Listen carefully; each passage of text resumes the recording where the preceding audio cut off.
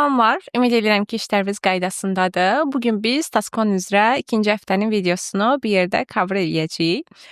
Keçən həftə xatırlayırsınızsa, bar qraflar və line qraflar haqqında məlumat əldə eləmiş və eyni zamanda Task 1 üçün giriş məlumatlarını əldə eləmişdik. Bugünkü dərsimizdə həm keçən dərs əldə elədiyimiz məlumatları təkmilləşdirəcəyik və dərsi başa düşməyimizi daha da yaxşılaşdıracağıq. Bu videonu izləməmişdən əvvəl sizə ilk önərim olar ki, Wikmanın bar qraf və line qraf olan tasklarını yerinə yetirəsiniz, bizə göndərəsiniz ki, ona dair feedbackinizi əldə eləyəsiniz.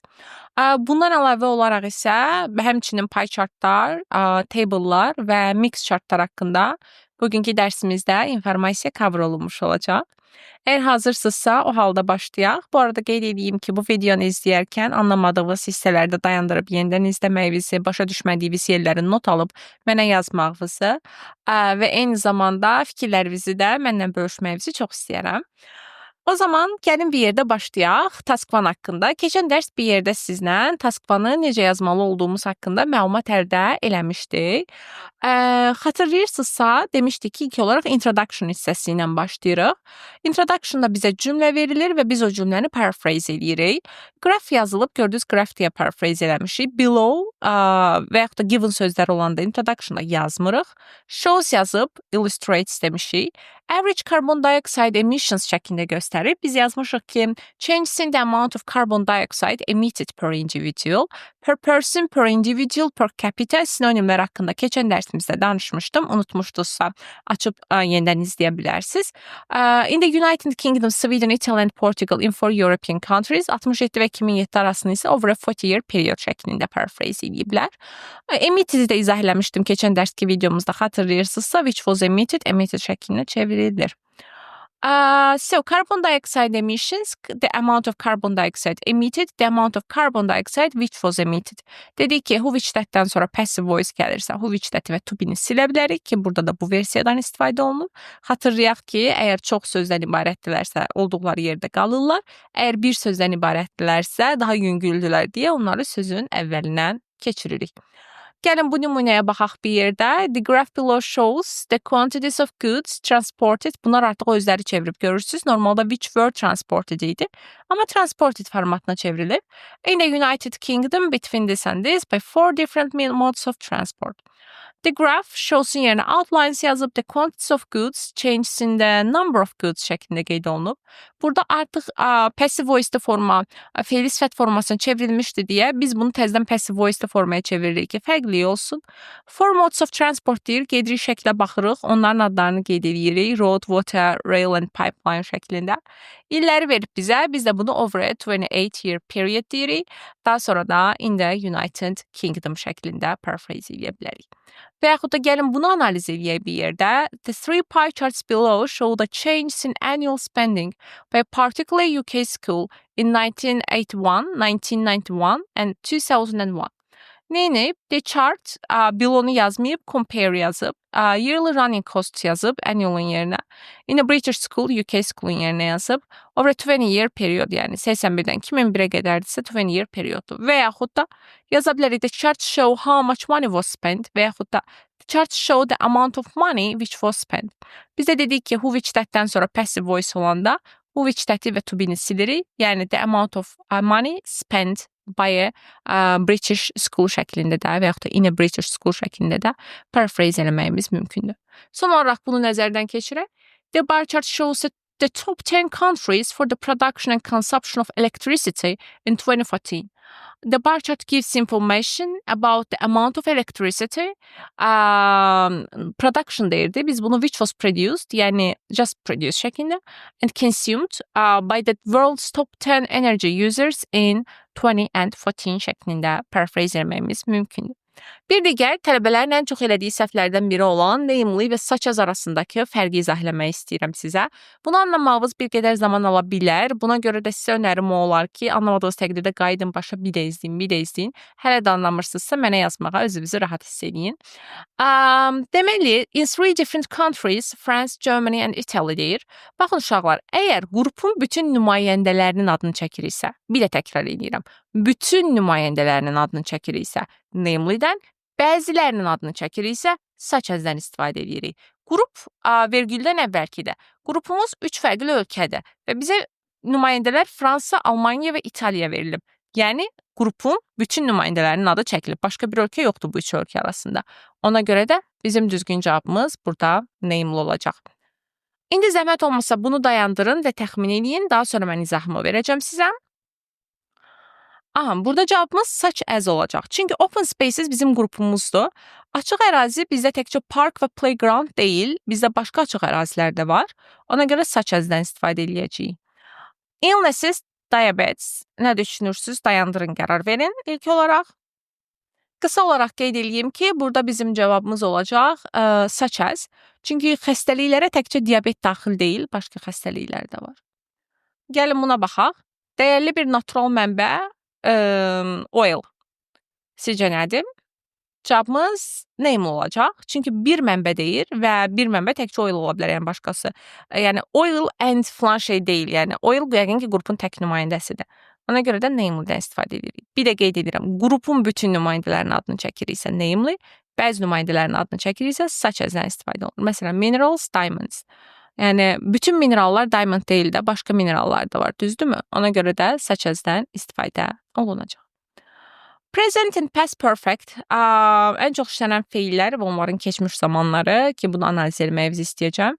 Bu haqda keçən dərsimizdə danışmışdıq ki, grow və fall'dur sözlərimiz. Bunlar up və down'dan işlənmirlər.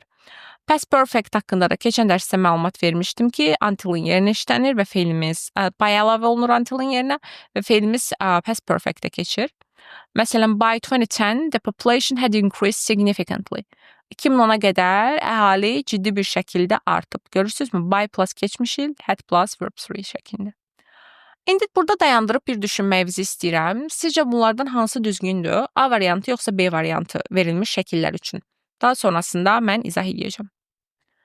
Əgər cavab olaraq B variantı demisinizsə, onda haqlısınız. Çünki feillərimizin ikisi də keçmiş zamanda olduğuna görə biz sadə keçmiş zaman took place ifadəsindən istifadə eləməliyik. Bəs sizcə bu iki versiyadan hansı düzgündür? Yenə dayandırıb təxmin eləməyinizi istəyirəm. Düzgün cavabımız ikinci forması olmuş olacaq. Tələbələrimə adətən belə izah edirəm ki, düşünün ki, siz 2010-a qədər Bakıda yox idiniz və 2010-da Bakıya gəlirsiniz və görürsünüz ki, Bakıda çoxlu binalar var. Bu halda deyirsiniz ki, 2010-da Bakıda çoxlu binalar tikilib, yoxsa 2010-a qədər Bakıda çoxlu binalar tikilib. Yəni bütün binaların 2010-da tikilmədiyi aşkardır. Ona görə də cavabımız 2010-a qədər by 2010 şəklində olacaq. Və passive voice olduğu üçün had been constructed yazılıb.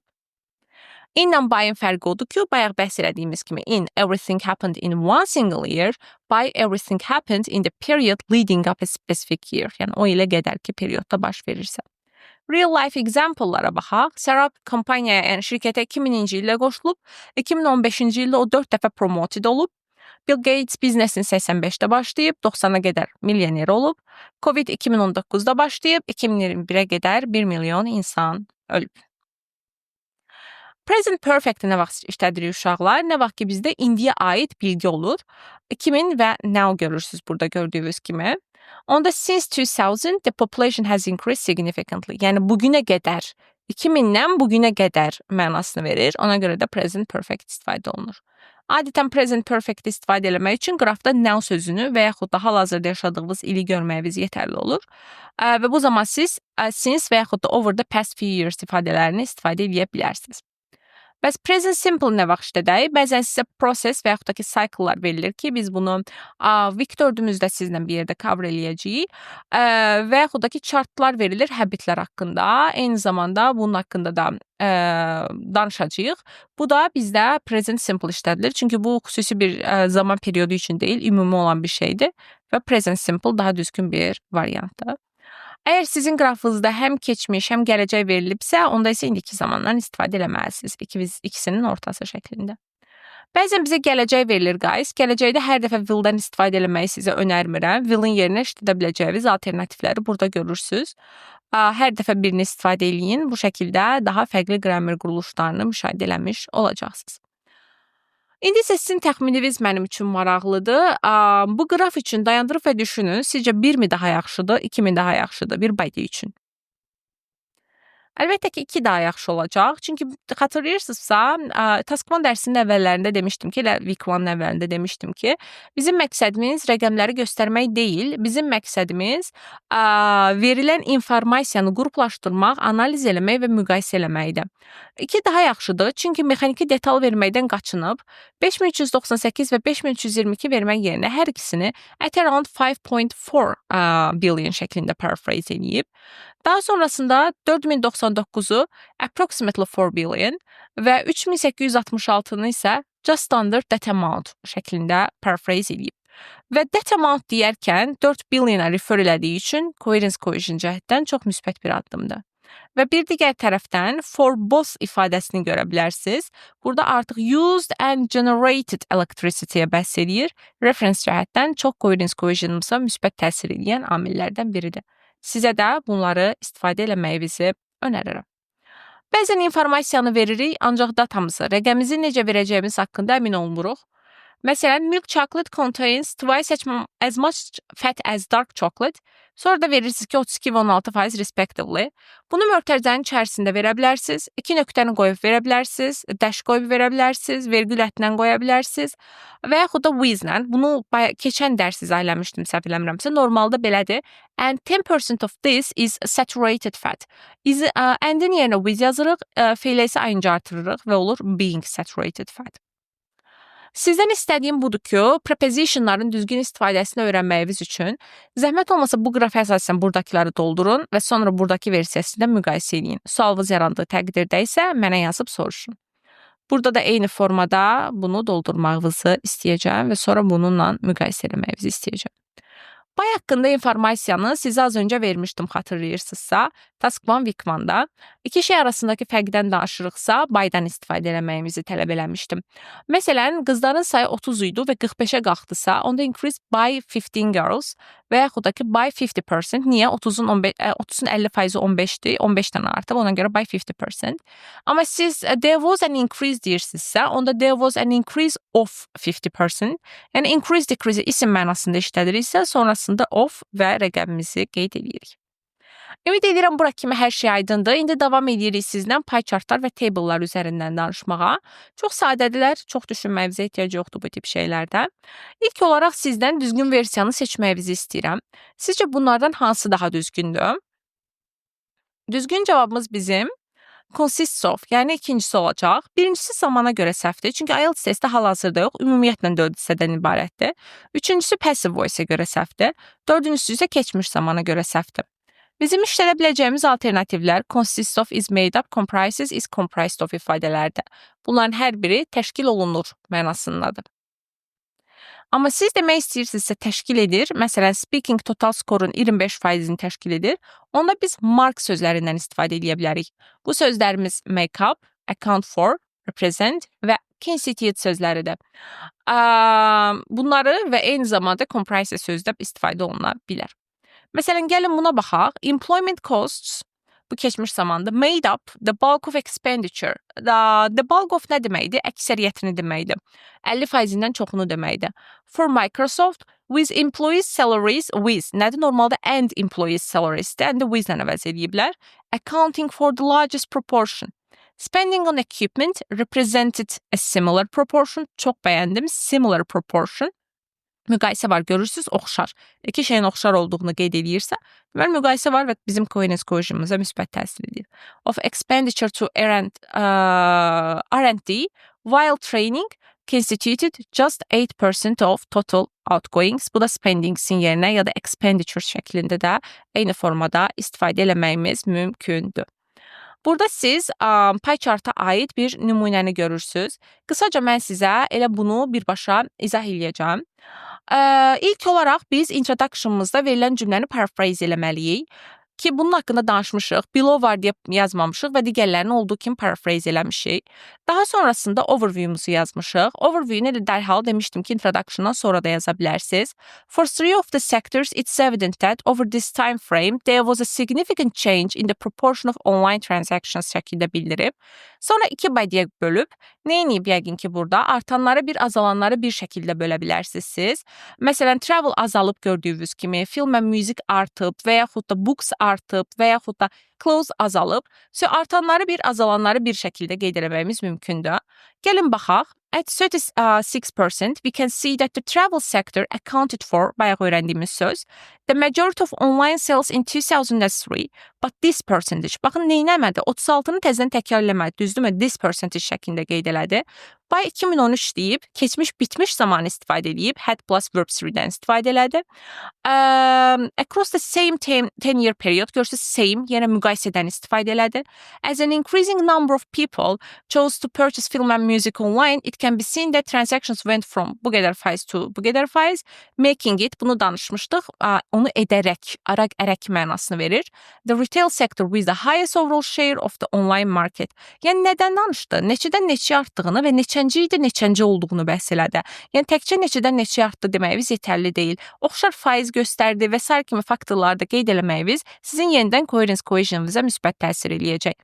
Və burada isə in 2003, the clothing industry boasted an impressive 24% of total online sales in New Zealand. However, by 2013, yəni görürsünüz bir dəfə keçmiş bitmiş istifadə elədi. The figure had fallen considerably to 16%. Interestingly, çox maraqlı bir coherence cohesion word-üdür. Maraqlı olaraq, yəni bayaqkindən fərqli bir tendensiya müşahidə olunur. Ona görə də interestingly sözündən istifadə edirik. Online sales of books eventually overtook, bu sözü keçmişdik. Outrace, overtake, surpass, exceed, hamısı mənası ötmək, keçmək mənasındaydı. Also, book stills represented, bunda mark feilləri arasına keçmişdik. Only 22% of the market. Yəni, only də ona görə vurğuladı ki, digəri yəni çoxdur, bu sadəcə 22% təşkil edir. Buna görə də bu tip sözləri istifadə eləməyimiz sizin coherence cohesion'ınıza müsbət təsir edəcək.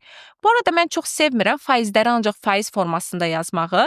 Buna görə də sizə faizləri necə başqa formada paraphrase eləyə bilərsiniz. Onunla bağlı da eyni zamanda bir mənbə göstərəcəm hal-hazırda. Sizlə Writing 15 materialı Drive faylından ümumi materiallar içərisindən tapa bilərsiniz bunu. O materialın içərisində xüsusi bir hissə bölüşmüşəm ki, hal-hazırda da onu sizlə paylaşacağım. Bəli, bir dəqiqə. Okay. So, səhifə 7-də bizim burada bir linkimiz var gördüyünüz kimi. Həmin linkimizə keçid eləməklə elə birbaşa rəqəmlərimizi necə ifadə edə bilərik, onun haqqında məlumat əldə edə bilərsiniz. Məsələn, 80%-in yerinə nə deyə bilərik? 75-in yerinə və example sentencelər var. Just over, well over, bunları mən izah eləmişdim. Onlara aid nümunələr var və sonunda practice tapşırıqları var. Amma siz yenə də anlamasanız, bununla bağlı notlarınızı götürüb mənə dərs sırasında soruşa bilərsiniz. Və praktiki formada task 1 tapşırığının yazılmasına dair mən sizə hətta bir dənə YouTube videosu da paylaşacağım, hansının ki faydalı olduğunu düşünürəm sizin üçün. Bir dəqiqə, eyni zamanda bunu da sizə göstərim. Bu isə bizim səhifə 10-da yazılmış bir qraf üçün, bir bar qraf üçün YouTube videosudur. Üzərinə elə bu linkdən daxil olaraq gedib onu da araşdıra bilərsiniz.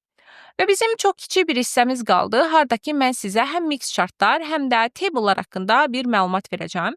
İlk olaraq unutmamamız lazımdır ki, istənilən tip task 1-da quruluşumuz dəyişmir. Task 2-da da quruluşumuz dəyişmir. Task 2-da bizim quruluşumuz necə idi? Xatırlayaq. Introduction, body 1, body 2, conclusion. Task 1-da isə introduction, overview, body 1, body 2 və body 3 hər ikisində, həm task 1-da, həm də task 2-da optionalda. Bunları necə yazacağıq şəklində soruşsaz, ilk olaraq guys, gördüyünüz kimi introduction üçün bizə 2 cümlə verilib. Elə siz də öz introduction'ınızda ardıcıl olaraq eyni paragrafın içərisində 2 cümləni paraphrase eləyəcəksiniz. Daha sonra overview üçün hər cümləyə aid bir dənə, hər qrafa aid bir dənə gözə çarpan məqam yazırıq. Məsələn, pie chartda baxan kimi bu qara gözümü diqqətimi çəkir. Görürəm ki, bu full-time workdur və 52% təşkil edir. Deyirəm ki, antropology graduatelərinin əksəriyyəti full-time workdə işləyir. Demirəm 52%, deyirəm əksəriyyəti. Niyə demirəm 52%? Çünki bayaq da bəhs eləmişdim ki, overview'umuzda rəqəm vermirik. İl xaric heç bir rəqəm verilmir. Və keçid alıram, baxıram ikinci qraf haqqında diqqətimi çəkəcək. Görürəm ki, government sectorda 50% insan 100 min dollardan daha çox pul qazanır. Deyirəm ki, the sector with the highest amount of money is the government sector. Bu qədər. Bunu yazıram. Body'lərimə keçdikdə isə body 1-də danışıram mən pie chartım haqqında, body 2-də isə mən danışıram table'ım haqqında. Body'lərə giriş eləyərkən belə yaza bilərsiniz. Birinci body as for, bu ümumiyyətlə bütün line graph, paragraph falan hamısına aiddir. İkinci body isə when it comes to the. Məsələn, birinci yazacaq ki, as for, bu nə haqqındadır? Destination of Anthropology Graduates. Daha sonra məlumat verəcəksiniz və bu informasiyanı necə qruplaşdıraq deyə soruşsaz, bayaq da demişdim, birinci ən yuxarı və ən aşağını eyni cümlədə deyirsiniz, 52 ilə 5-i. Daha sonra əlimiz deyirsiniz ki, ən yuxarı bu olarkən bu faizdə, ən aşağı budur, bu faizdə deyə bilərsiniz, ondan 10 dəfə azdır. Qalır əlimizdə 8, 12, 8, 15. Bunu iki qrupa necə bölərik? Çox sadə. 8-ləri bir qrupa deyəcəksiniz ki, the same percentage of graduates started to work in falan and falan sectors. Və növbəti cümlədə isə additionally similar proportions of. Baxın 12 və 15. Bayaq da demişdim, similarly və s. belə müqayisə eləməyimiz yaxşıdır. Falan şey və falan şey seçdi. Yenə bizim həmin öyrəndiyimiz mark feillərindən istifadə edə bilərsiniz.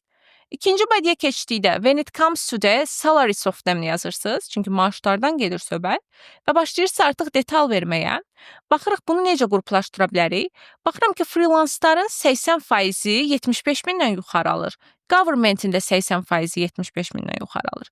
Deyirəm ki, freelance və government sektor oxşar tendensiyalar izləyirlər. With hər iki sektorun işçiləri earning, o and və feil yazırdıq. And-i with-nə, feil ing ilə eyni strukturdan istifadə edirik.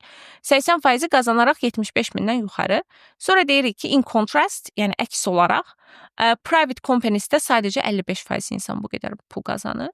Sonra bunları da çox sadə 5-15, 5-15 bu ikisi oxşardır. Bunları bir qruplaşdıracaqsınız. 10-35-də bir qruplaşdıracaqsınız ki, private companies-də 10% və 35% bunu seçərkən, freelance konsultantlarda 50 min, 75 min arası alanlar 20% yaza bilərsiniz. Və yaxud da yaza bilərsiniz ki, 50-75 min alanlar 25-50 min alanlar arasından 3 dəfə çoxdur. Yəni, bu şəkildə müqayisələrinizi də eləyərək qeyd edə bilərsiniz. Bu qrafı məhz yazıb mənə göndərməyinizi istəyirəm ki, sizi ümumiyyətlə yoxlayım və bu dərsdə üzərində keçdiyimiz hər şeyin üzərindən keçməyinizi istəyirəm. Nələrin üzərindən keçməlisiniz siz? Siz üzərindən keçməlisiniz, deməli, bu dərs üçün pie chartları yazmalısınız, nümunədə verilmiş pie chart nümunələrini və eyni zamanda nümunədə verilmiş table nümunələrini. Taskban Week 2 mövzusu bu qədər. Ümid edirəm ki, dərs sizin üçün faydalı oldu. Sizin üçün bir xahişim də bundan ibarətdir ki, zəhmət olmasa ümumi materiallar hissəsinə girərək, orada Examiner tərəfindən olan samplelarda gördüyünüz bütün pie chartları və eyni zamanda table'ları analiz edəsiniz. Və əgər onlara dair hər hansı bir sualınız yaransa, məndən soruşmağa çəkinməyin. Bu arada qeyd edeyim ki, orada mən xüsusi məqamları boldla işarələmişəm və onların izahları da məhz alt hissədə mövcuddur. Bugünlük bu qədər. Tasklarınızı gözləməkdə olacağam. Ümid edirəm ki, hər şey sizin üçün aydın oldu. Olmadığı təqdirdə də suallarınızı bizə ünvanlaya bilərsiniz. Hələlik özünüzə yaxşı baxın. Gələn dərsdə görüşərik.